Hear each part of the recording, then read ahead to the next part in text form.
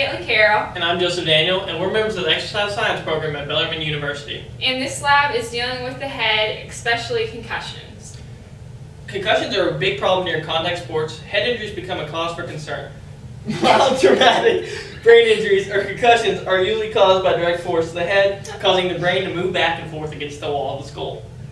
Because of this movement, there can be serious effects to the brain function of the individual, and immediate medical attention should follow.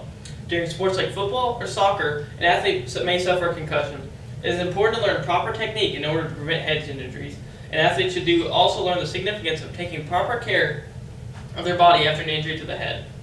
The purpose of the lab was to understand the different injuries that can occur to the head, be able to conduct an assessment to screen for concussion, and learn the guidelines for recovery and return to play after head injuries. The return to play guidelines for soccer is number one. During this stage, the athlete must maintain completely at rest for several days.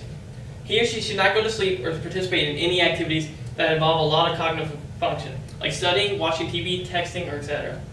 Day number two, the athlete can go back to school and studying, but he or she may not return to practice. This should occur a few days after impact. Once cleared by a doctor, the athlete can start light exercise for a couple days.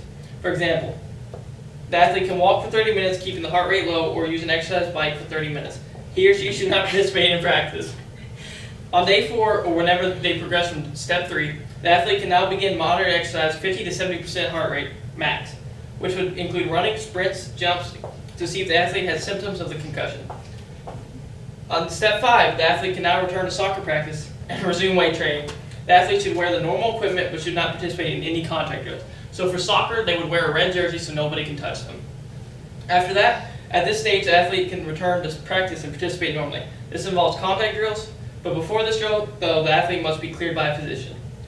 This usually involves taking the cognitive test again and comparing to past results. Now, if any time they receive a setback, they have to restart at step number 1, no ifs, ands, or buts. And the last one is the final stage, the athlete can return to play in the soccer games. With following these guidelines, it's best to keep the head, and it can help prevent injuries as best as possible. Thank you.